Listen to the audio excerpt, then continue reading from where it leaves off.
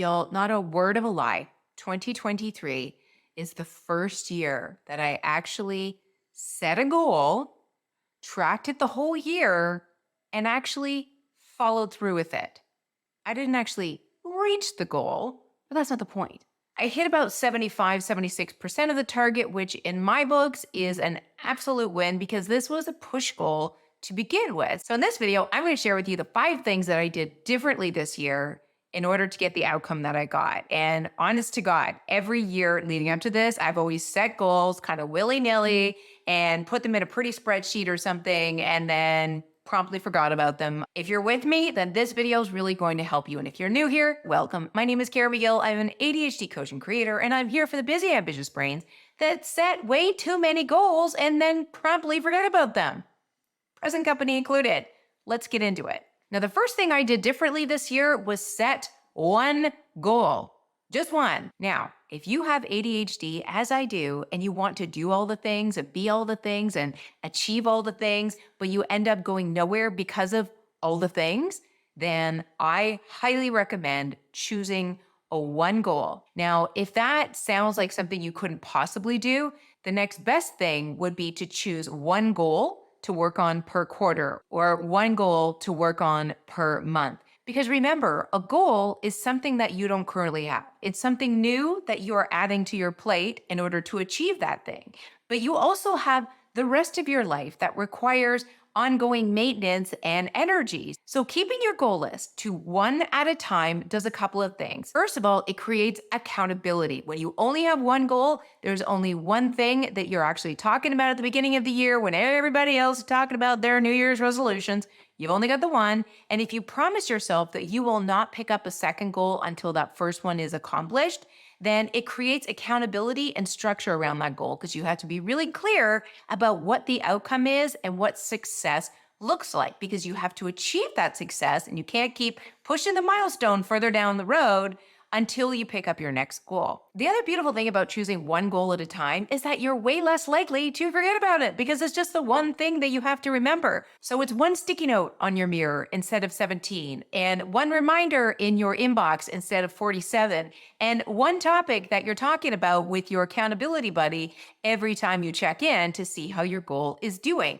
And the best reason for choosing one goal at a time is that it acts as a forcing function for you to choose the most important goal. Think about it. If you create a list of 44 things that you want to accomplish in a year, then absolutely none of them are a priority or important. Because if they were, then they wouldn't be buried under a bunch of other things that are random and probably won't happen anyways. So choose one goal in order to stay accountable, stay clear and focused, to remember it, and to know that you're going after what's most important to you in this season of life. Which brings me to the second thing that I did differently this year that made all the difference in me actually following through on my goal.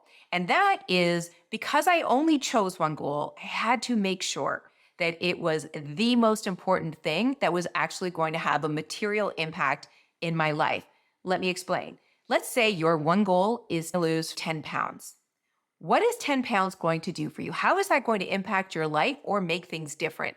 It might make your jeans fit better. It might make you feel a little bit better, but 10 pounds in the grand scheme of things is not going to have a material impact on your life. My goal was to achieve at least 100,000 in asynchronous revenue in my business this year. So separate from my coaching revenue, which is primarily made up of one-on-one packages, my asynchronous revenue was anything where I wasn't directly trading dollar for hour so that I could continue to snowball that. So I knew if I reached that goal, it was going to have a material impact on my life because it would allow me to reduce the number of one-on-one clients I had and also the amount of time that I'm spending on Zoom every day, because Zoom is exhausting for your girl. So I knew that if I reached this goal, it was going to make a big difference in my business and a big difference in my personal life. So I was pumped to actually achieve the goal. The next thing is not something I actually did, but it's a lesson that I've learned, so I'm going to include it on this list. And that is to choose goals that are based in reality. What do I mean by that? There's this sense of magic and optimism that makes us believe that the future version of ourselves is going to be capable of way more than we have shown possible up till today. So our future self is going to be 4 times as productive as we are now. And she's also going to be eating clean and exercising 7 days a week, getting up at 5 a.m. and writing her first novel all before the end of the year. And you know as well as I do that that is magical thinking and is never going to happen. And that is the reason why, even though I followed through on my goal this year, I didn't achieve the 6 figures in passive revenue. I got to 76-ish thousand in passive revenue this year, which is great.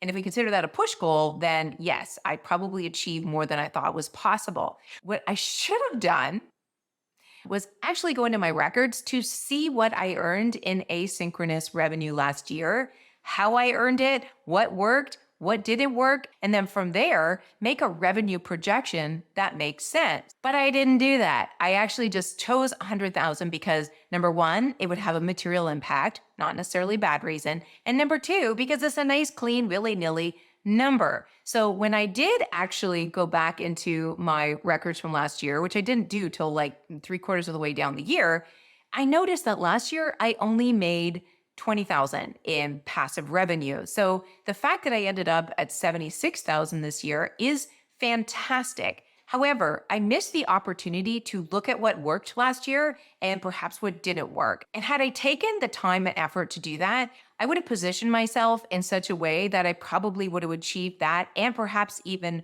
more because I would have been focusing on the right thing. So my question for you is, whatever goal that you're choosing for yourself this year, do you already have a history with that goal? And if you do, like let's say for the last 5 years, you've been trying to lose 50 pounds, but it's never quite materialized. In that case, you might want to look back at what you've tried in the past because clearly it's not working. It might not necessarily be the protocol or diet that doesn't work, but maybe it's the way you're approaching it, or maybe you're trying to do too much and then you get discouraged, or maybe you forget about the goal and go on with your regular habits. So if you do have a history with the goal that you're setting for yourself this year, go back and look at what worked and what didn't work. Have an honest conversation with yourself about what you could do differently to see better results this year so it doesn't become the same goal that you're choosing next year. The next thing I did differently this year, which I don't think is talked about enough, I chose a goal that was predominantly in my control.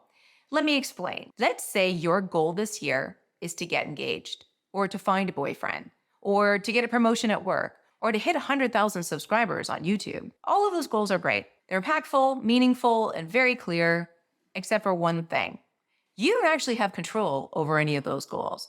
So for example, if you want to get engaged to somebody, it requires somebody else's buy-in. They need to be aligned to that goal. If they don't want to get married or engaged, but that is your goal and you are dating that person, then that goal probably isn't going to happen.